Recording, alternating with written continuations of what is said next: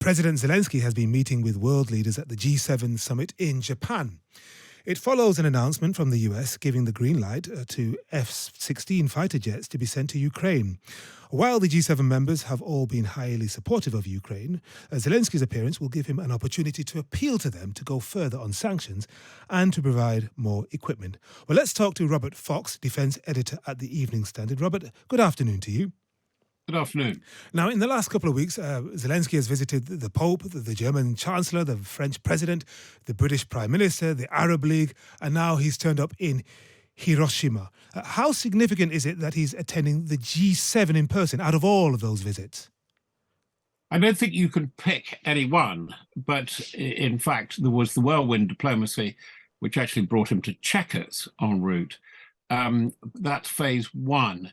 Then we've had the visit to the Arab League, and I think that was, as a speech, was the most intriguing speech, because what he was saying, actually, the subtext was, Ukraine is a symbol of democracy, and it is being defended by democracies, and that's what we're about. It was a very good forum to say it, where they had just readmitted Mr. Assad, the president, not to say dictator, of Syria, to their autocratic ranks.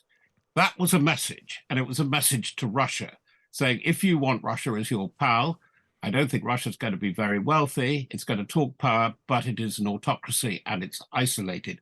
Then we come to G7. And G7, it's a message to the really powerful member, which of course isn't present, namely China. You can't split the problems of America and its allies with China from the problems with America and its allies with Ukraine. So into this mix, we now see the decision to greenlight the supply of F-16 fighter jets. We don't know which countries are going to supply them yet, but it's interesting that the US National Security Advisor Jake Sullivan said nothing had changed in US policy, but surely something has, hasn't it? Yes, because if you actually note what both Mr. Sunak and Mr. Ben Wallace, the Defence Secretary, have been saying, after the visit to Chequers, the Dutch had made a big play about supplying F-16s. By the way, there's no secret they're likely to supply their surplus F-16s, as indeed are the Norwegians. So I don't understand the mystery behind the guessing game. It's pretty clear what's going on and what has been going on. Well, first of all, Sunak seemed to be enthusiastic. And then I was at a press conference with the Danish defense minister and Ben Wallace has said, well, it's all up to America now. We're still waiting for America's decision. And that was only 2 days ago.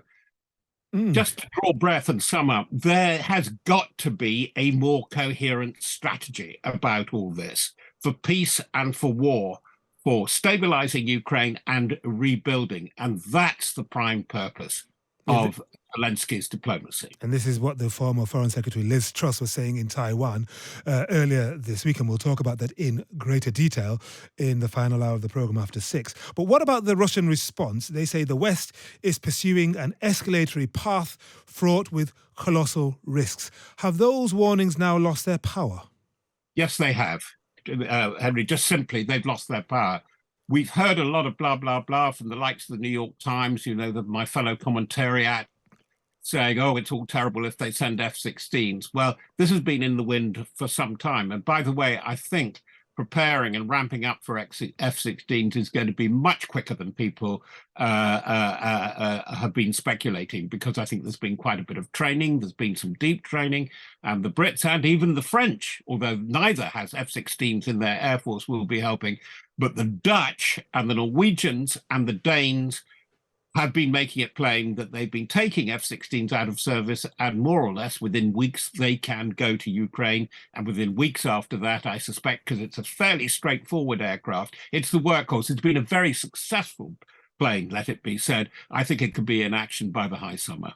And the fact that the Americans have removed their objections, does that mean that they now trust the Ukrainians to use these F-16s without incurring into Russian airspace, without going further than the Americans or the other G7 countries would like them to?